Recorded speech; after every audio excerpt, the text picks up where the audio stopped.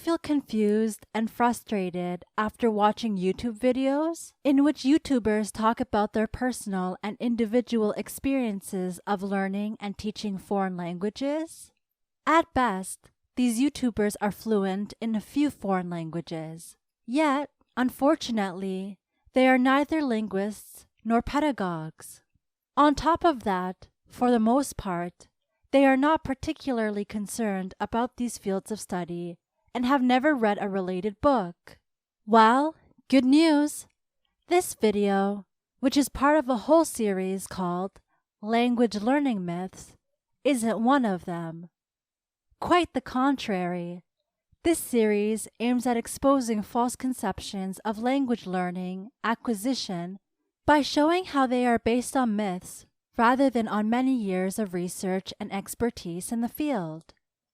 How are we to carry out this task?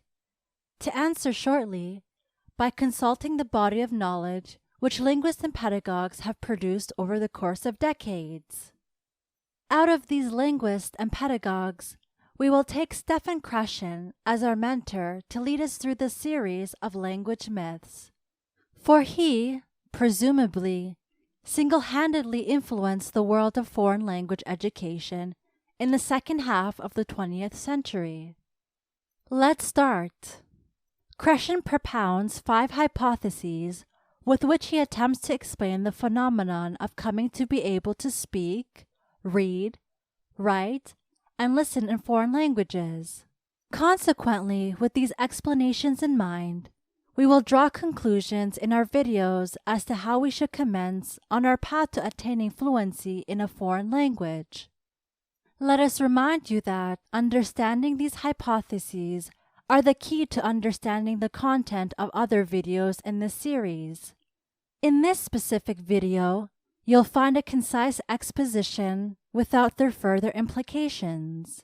Hypothesis number 1. The acquisition learning hypothesis. The first hypothesis is one of the 2 most important hypotheses in this list. According to this hypothesis, adult language students have 2 separate ways of improving their skills and knowledge in a second language. Essentially, acquiring a language is picking up, which results in communicative skills and implicit linguistic competence in the language acquired. Such acquisition comes about subconsciously, in a natural way, as in the case of children where they are not necessarily aware that they are acquiring a language, but are only aware that they are communicating. The other way of developing competence in a language is called learning. It is knowing about and is related to formal explicit knowledge of a language. This way, as it were, is the outcome of formal grammatical linguistic education that we are subjected to in language courses, as well as primary and secondary school education. Learning, however, doesn't result in communicative skills. Hypothesis number 2. The monitor hypothesis. According to this hypothesis, conscious learning has an extremely limited function in adult second language performance. Basically, it can only be used in the case where the performer has enough time, thinks about corrections or focuses on structural forms, knows the specific rule. That is, when the task at hand is about monitoring, editing, etc.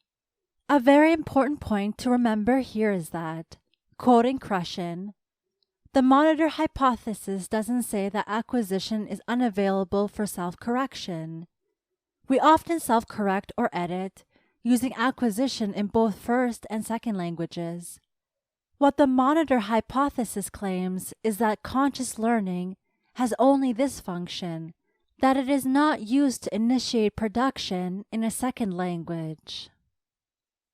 Hypothesis number 3. The input hypothesis.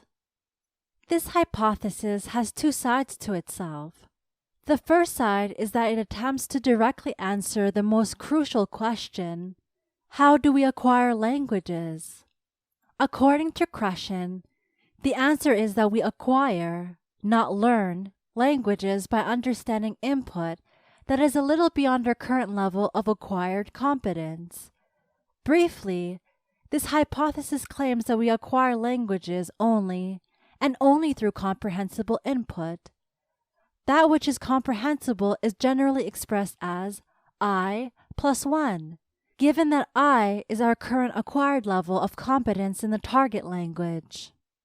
The second side of this hypothesis, on the other hand, maintains that in language acquisition, input precedes output. Thus, for instance, speaking is not taught directly. Rather, the ability to speak emerges after the acquirer has built up competence through comprehending input. How acquirers do this, however, is the topic of another video, so make sure to subscribe to our channel to not miss out on anything. Hypothesis number 4. The affective filter hypothesis. This particular hypothesis maintains that there are affective variables that have a direct positive or negative impact on language acquisition. This, however, may not be the case with language learning. According to certain bodies of research, performers with specific types of motivation and good self-image do better in second language acquisition, but not necessarily in learning. Predominantly, a low filter means that the performer is more open to the input and that the input strikes deeper. To quote Krashen, certain attitudinal variables relate primarily to subconscious language acquisition and that they have two effects. Number 1, they actually encourage input.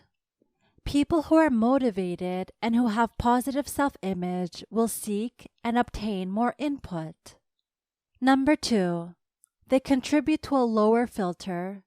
Given to acquirers with the same exact input, the one with a lower filter will acquire more. Hypothesis number 5. The natural order hypothesis. This hypothesis maintains that a predictable order is observed in the acquisition, not learning, of both native and foreign languages. According to this hypothesis, certain structures tend to be acquired early, while others will tend to be acquired late. However, the natural order hypothesis does not state that every acquirer will acquire grammatical structures in the same exact order. Krashen, however, points out that the implication of the natural order hypothesis is not that a language program syllabus should be based on the order found in the studies. In fact, he rejects grammatical sequencing when the goal is language acquisition. Now that you've learned about the 5 hypotheses propounded by Krashen, you are ready to start watching the rest of the Language Myth series, where we take prevalent myths in the language education realm, break down and analyze them. If you found this video beneficial, make sure to like it and share your thoughts in the comment section below. To not miss out on other beneficial videos, subscribe to our channel.